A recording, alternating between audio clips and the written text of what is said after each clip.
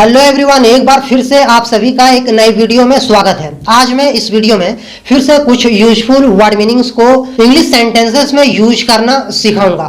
यदि आप English literature, spoken English और अपने क्रिएटिव राइटिंग को और भी ज़्यादा इम्प्रूव करना चाहते हैं, बुनियादी तौर पर इंग्लिश लिटरेचर को यदि आप और भी ज़्यादा स्ट्रॉन्ग करना चाहते हैं तो वीडियो के एंड तक बने रहें। यदि वीडियो को लाइक नहीं किए हैं तो वीडियो को लाइक करें और चैनल में नए हैं तो भैया चैनल को भी सब्सक्राइब करें।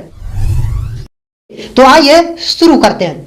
यहां पर जो सबसे पहला फ्रेज है ये है फॉर मैनी डेज।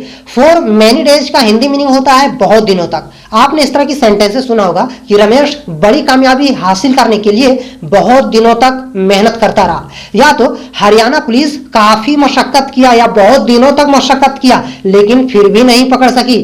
तो आइए इस तरह की सेंटेंसेस में फॉर मैनी डेज को कंपोज करते हुए इंग्लिश में ट्रांसलेट करते हैं। यदि मैं आपको यह बोलूं कि आपको इंग्लिश बोलने के लिए बहुत दिनों तक प्रयास करना है तो आप बोल सकते हैं you will have to try to speak English for many days. You will have to try to speak English for many days. चलिए चलते हैं नेक्स्ट फ्रेज पे। यहां पर नेक्स्ट फ्रेज है लेटर ऑन। लेटर ऑन का मतलब बाद में। क्या आपने इस तरह की सेंटेंसेस बोला है बाद में मैंने उसे सारे पैसे चुका दिए, या तो बाद में वो सारा सामान लेके भागने की कोशिश कर रहा था। इस तरह की सेंटेंसेस में आप लेटर ऑन का प्रयोग करें। बाद में मैंने दीपांजलि को बुलाया। Later on I called Deepanjali. Later on I called Deepanjali. यहां पर नेक्स्ट फ्रेज है as of now. As of now का हिंदी मीनिंग होता है आइंदा से।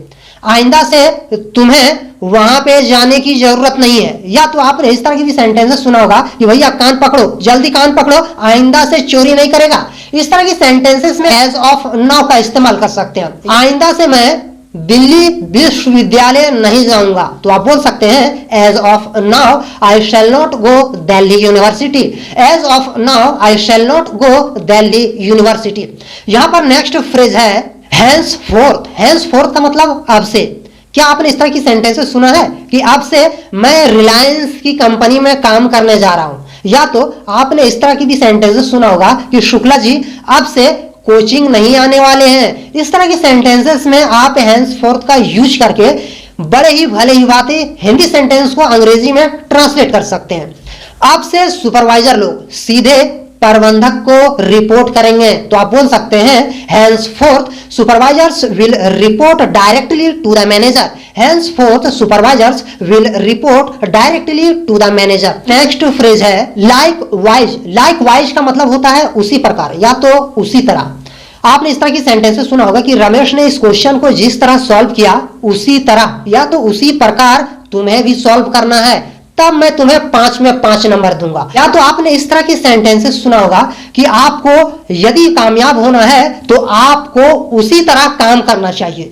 इस तरह की सेंटेंसेस में आप लाइक वाइज का इस्तेमाल कर सकते हैं। यदि मैं आपको ये बोलूं मुझे संदेह है कि सैनिक भी ऐसे ही सोचते हैं या उसी तरह सोचते हैं या उसी प्रकार सोचते हैं। मुझे संदेह है कि सैनिक भी उसी तरह या उसी प्रकार सोचते हैं। आई suspect that soldiers think likewise. I suspect that soldiers think likewise. आइए चलते हैं नेक्स्ट फ्रेज पे।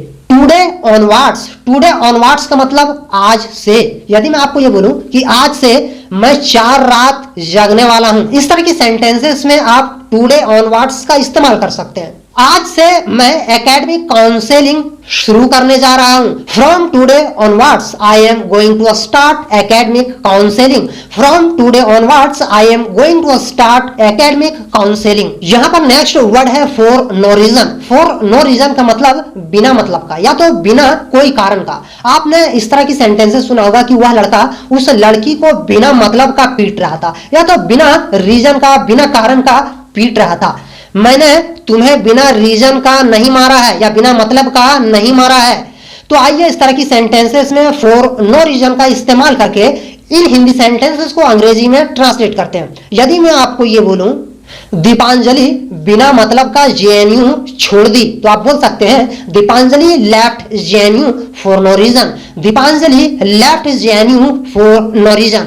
मैं उम्मीद करता हूं कि ये सारे फ्रेजेस जो हमने सेंटेंसेस में कंपोज करके आपको बताया। ये सारे फ्रेजेस आपके इंग्लिश लिटरेचर, स्पोकन इंग्लिश और यहां तक कि आपके क्रिएटिव राइटिंग को भी बुनियादी तौर पर स्ट्रॉन्गनेस प्रोवाइड करेगा। तो मैं आपसे उम्मीद करूंगा कि वाकई ये वीडियो आपके लिए बेनिफिशियल है, तो वीडियो को जरूर लाइक करें। चैनल में नए हैं तो चैनल को सब्सक्राइब करें और हां, इस तरह की वीडियो ज्यादा से ज्यादा लोगों तक शेयर करें ताकि इस तरह की कॉन्सेप्ट ज्यादा लोगों तक पहुंच सके।